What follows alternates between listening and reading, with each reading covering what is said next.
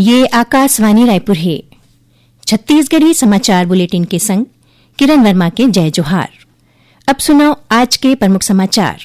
मुख्य सचिव विकासशील के अध्यक्षता में आज मंत्रालय में ज्ञान भारतम राष्ट्रीय पांडुलिपि सर्वेक्षण पर उच्च स्तरीय बैठक आयोजित करेगी। पूर्व भारतीय क्रिकेटर सचिन तेंदुलकर आज दंतेवाड़ा जिला पहुंचिन। चिंदनार गांव में खेल मैदान के करें उद्घाटन। और मौसम विभाग 24 से 26 अप्रैल के बीच मध्य छत्तीसगढ़ में लू चले के चेतावनी दे है। अब समाचार विस्तार ले। मुख्य सचिव विकासशील के अध्यक्षता में आज मंत्रालय में ज्ञान भारतम राष्ट्रीय पांडुलिपि सर्वेक्षण के प्रभावी क्रियान्वयन ला लेके उच्च स्तरीय बैठक आयोजित करेगी। बैठक में मुख्य सचिव कहिन कि शासकीय संस्थान, मंदिर, मठ, पुस्तकालय, महाविद्यालय और निजी संस्थान मन में संरक्षित पांडुलिपि के सर्वेक्षण पर सक्रिय प्रयास करे जाए। ओमन सर्वेक्षण कार्यालय 31 मई तक हर हाल में पूरा करे के निर्देश दें।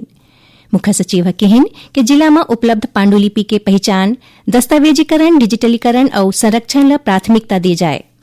बैठक में मुख्य सचिव जन भागीदारी बढ़ाए बर पांडुलिपि ट्रेजर हंट जैसन नवाचार के आयोजन के सुझाव दिन, जेखर ले आम नागरिक घलो ए अभियान ले जुड़ सके।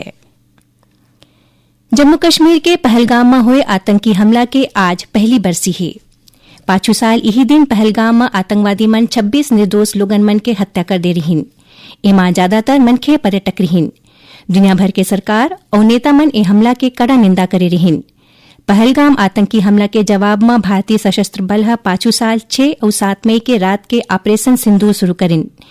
ऑपरेशन सिंदूर ला सुरता करत भारतीय सेना सोशल मीडिया में एक संदेश साझा करे है, जेमा ओमन आतंकवादी मन ला कड़ा चेतावनी देवत कहे है कि जब मानवता के सीमा पार होथे तब जवाब निर्णायक होथे। राष्ट्रपति द्रौपदी मुर्मू, उपराष्ट्रपति सीपी राधाकृष्णन और प्रधानमंत्री नरेंद्र मोदी पहलगाम आतंकी हमला के पहली बरसी में पीड़ित मन ला श्रद्धांजलि अर्पित करिन है। प्रधानमंत्री कहिन कि देश आतंकवाद के कोनो भी रूप के आगू कभू नहीं झुकी और आतंकवादी मन के घटिया इरादा कभू सफल नहीं हुई। पाछू साल यही दिन हुए आतंकी हमला में जान गंवैया निर्दोष लोगन मन ला सुरता करत श्री मोदी कहिन कि पहलगाम आतंकी हमला के पीड़ित मन ला कभू भुलाए नहीं जा सकी। उत्तराखंड के रुद्रप्रयाग जिला में स्थित केदारनाथ धाम के कपाट आज बिहानिया 8 बजे ले वैदिक मंत्रोच्चार और विधि विधान के संग श्रद्धालु मन के दर्शन बर खोल दे गए है। प्रधानमंत्री नरेंद्र मोदी उत्तराखंड अवैया तीर्थयात्री मन ले अपील करीन है कि ओमन 5 संकल्प के पालन करें। इमा स्वच्छता बनाए रखना, पर्यावरण संरक्षण, सेवा और सहयोग के भावना ला मजबूत करना, स्थानीय उत्पाद ला बढ़ावा देना और यात्रा दिशा निर्देश के अनुपालन करना शामिल है। उन्हें बद्रीनाथ धाम के कपाट काली बिहानिया श्रद्धालु मन भर खोले जाही, जबकि गंगोत्री और यमुनोत्री धाम के कपाट 19 अप्रैल ले खुल चुके हैं। पूर्व भारतीय क्रिकेटर सचिन तेंदुलकर आज एक दिन के छत्तीसगढ़ प्रवास में दंतेवाड़ा जिला के छिंदनार गांव पहुंचिन। ए दौरान ओमन छिंदनार में खेल मैदान के उद्घाटन करिन और लइका मन ले भेंट करके ओमन ले गोट बात करिन। श्री तेंदुलकर कहिन कि मैदान कप प्रतियोगिता के जरिया हजारों लइका मन ला अपन प्रतिभा दिखाए के मौका मिलही। ओमन बताइन कि 5000 ले ज्यादा लइका मन ला प्रतियोगिता ले फायदा मिलही। श्री तेंदुलकर कहिन कि कबड्डी, खो-खो, एथलेटिक्स और वॉलीबॉल जैसे खेल के जरिया ले बस्तर के युवा मन ला नवा पहचान मिलही। राज्यपाल रमेन डेका ले आज लोक भवन में नो प्लास्टिक अभियान के ब्रांड एम्बेसडर शुभांगी आप्टे भेंट करीन। ए दौरान ओमन रायपुर नगर निगम क्षेत्र ला प्लास्टिक मुक्त बनाए बर चलाए जात अभियान और जन जागरूकता गतिविधि के जानकारी दिन। श्रीमती आप्टे बताइन कि अब तक ओमन स्कूल, बैंक, बाजार और दूसर सार्वजनिक जगह मन में 55,000 ले ज्यादा कपड़ा के थैली बांट चुके हैं। राज्यपाल उखर सामाजिक और पर्यावरण संरक्षण संबंधी काम के सराहना करत एला समाज पर प्रेरणादायी बताइन। छत्तीसगढ़ी समाचार बुलेटिन आप मन आकाशवाणी रायपुर ले सुनत हो।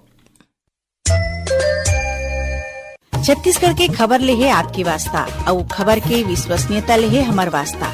आकाशवाणी समाचार रायपुर के प्रादेशिक समाचार बुलेटिन के संगे संग हमार समसामयिक कार्यक्रम आप रेडियो के संग अपन मोबाइल में घलो सुन सकत हो। आकाशवाणी समाचार फेसबुक, ट्विटर और यूट्यूब में घलो हावय।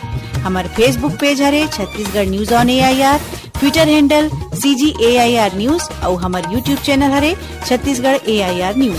तो अब रेडियो के संगे संग आपके मोबाइल के माध्यम ले हम आप तक पहुंचत हन। छत्तीसगढ़ के हर खबर पर सुनत रहो आकाशवाणी समाचार।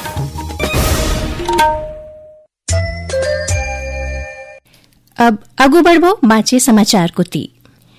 छत्तीसगढ़ व्यावसायिक परीक्षा मंडल डहाले छत्तीसगढ़ राज्य कृषि विपणन बोर्ड के अंतर्गत उप निरीक्षक भर्ती परीक्षा के आयोजन 26 अप्रैल के करे जाही। ये परीक्षा रायपुर जिला के 104 परीक्षा केंद्र में बिहनिया 10 बजे ले मझनिया 12:15 बजे तक हुई। अभ्यर्थी मन ला परीक्षा केंद्र में प्रवेश बिहनिया 9:30 बजे तक ही दे जाही। भारतीय सेना में अग्निवीर भर्ती के लिखित परीक्षा के तैयारी करत अभ्यर्थी मन बर रायपुर जिला में निःशुल्क प्रशिक्षण के व्यवस्था करे गे हे। ये प्रशिक्षण जिला रोजगार और स्वरोजगार मार्गदर्शन केंद्र रायपुर डहाले दे जाही। लिखित परीक्षा के तैयारी बर विषय विशेषज्ञ मन कोती ले निःशुल्क कोचिंग दे जाही। ये प्रशिक्षण 4 मई ले शुरू होकर 4 जून तक संचालित करे जाही। इच्छुक अभ्यर्थी रोजगार विभाग के आधिकारिक वेब पोर्टल erojgar.cg.gov.in ऊपर 30 अप्रैल तक अपन पंजीयन करा सकत है। दक्षिण पूर्व मध्य रेलवे के बिलासपुर मंडल के अंतर्गत जांजगीर नैला स्टेशन में चौथा लाइन कनेक्टिविटी बर होवत नॉन इंटरलॉकिंग काम के सेती आज ले 27 अप्रैल तक पहली निरस्त करे गए कुछ गाड़ी मन ला फेर बहाल कर दे गे हे। एमा Raigarh Bilaspur Raigarh MEMU, Raipur Gevra road Raipur MEMU, Raipur Korba Raipur passenger, Bilaspur Gevra road Bilaspur MEMU के संगरा बिलासपुर कोरबा बिलासपुर मेमू शामिल है। एकर अलावा गोंदिया झारसुगड़ा गोंदिया मेमू घलो 23 ले 27 अप्रैल के बीच अपन निर्धारित समय में गोंदिया ले झारसुगड़ा तक चलही। उन्हें कोरबा रायपुर कोरबा हसदेव एक्सप्रेस यही तारीख में एक्सप्रेस बन के चलही।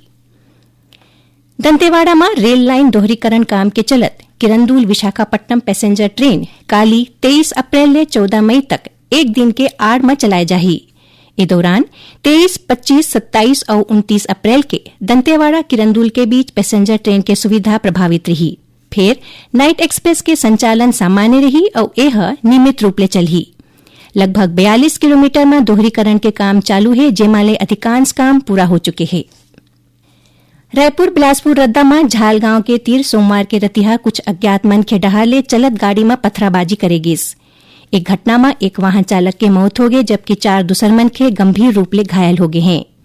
जानकारी के अनुसार आरोपी मन मेटाडोर ट्रक और स्कॉर्पियो गाड़ी मन ऊपर पथरा फेंके रहिन। सूचना मिलते बिल्हा पुलिस मौका में पहुंचिस और जांच के बाद आरोपी मन के खिलाफ हत्या के मामला दर्ज कर ले है। आदिम जाति अनुसूचित जाति विकास पिछड़ा वर्ग और अल्पसंख्यक विकास विभाग के प्रमुख सचिव सोनमणि बोराहा स्वीकृत कार्यालय तय समय सीमा और गुणवत्ता के संग पूरा करे के निर्देश दिन है। श्री बोराहा काली रायपुर में वीडियो कॉन्फ्रेंसिंग के माध्यम ले जिला के सहायक आयुक्त आदिवासी विकास और परियोजना प्रशासन मन के बैठकालीन ओमन मई के पहली हफ्ता तक निर्माण काम पूरा करे बर किहिन। और अब पेश है मौसम के हाल। मौसम विभाग 24 ले 26 अप्रैल के बीच मध्य छत्तीसगढ़ में लू चले के चेतावनी दे है। मौसम विभाग के अनुसार मराठवाड़ा ले कोमोरिन क्षेत्र तक एक द्रोणिका बने हुए हैं। उन्हें महाराष्ट्र और ओखर ले लगे तेलंगाना और कर्नाटक के ऊपर एक चक्रवात फैले है। एकर असर ले प्रदेश के अधिकतम तापमान में बढ़ोतरी दर्ज करे जाते। और अब थोड़कुन समाचार सार में। केंद्र सरकार है प्रधानमंत्री इंटर्नशिप योजना के पात्रता मानदंड के विस्तार करत एमा स्नातक और स्नातकोत्तर के आखिरी साल के छात्र मन ला घलो शामिल करे है। एकर अंतर्गत 18 ले 25 साल के आयु के आखिरी साल के छात्र घलो अब PMIS पोर्टल के माध्यम ले शीर्ष कंपनी में सशुल्क इंटर्नशिप बर आवेदन कर सकत हैं। रायपुर शहर में रिंग रोड नंबर 1 और दूले शहर के 19 टीम प्रवेश मार्ग में मध्यम और भारी मालवाहक गाड़ी मन के प्रवेश में 30 अप्रैल तक प्रतिबंध लगाए गए हैं, जौन बिहानिया 5 बजे ले रतिहा 12 बजे तक प्रभावी रही। आखिर में प्रमुख समाचार एक घाव फेर। मुख्य सचिव विकासशील के अध्यक्षता में आज मंत्रालय में ज्ञान भारतम राष्ट्रीय पांडुलिपि सर्वेक्षण पर उच्च स्तरीय बैठक आयोजित करेगी। पूर्व भारतीय क्रिकेटर सचिन तेंदुलकर आज दंतेवाड़ा जिला पहुंचिन। छिंदनार गांव में खेल मैदान के करें उद्घाटन। और मौसम विभाग 24 ले 26 अप्रैल के बीच मध्य छत्तीसगढ़ में लू चले के चेतावनी दे है। एक संग छत्तीसगढ़ी समाचार बुलेटिन इहें सिरावत है। जय जोहार।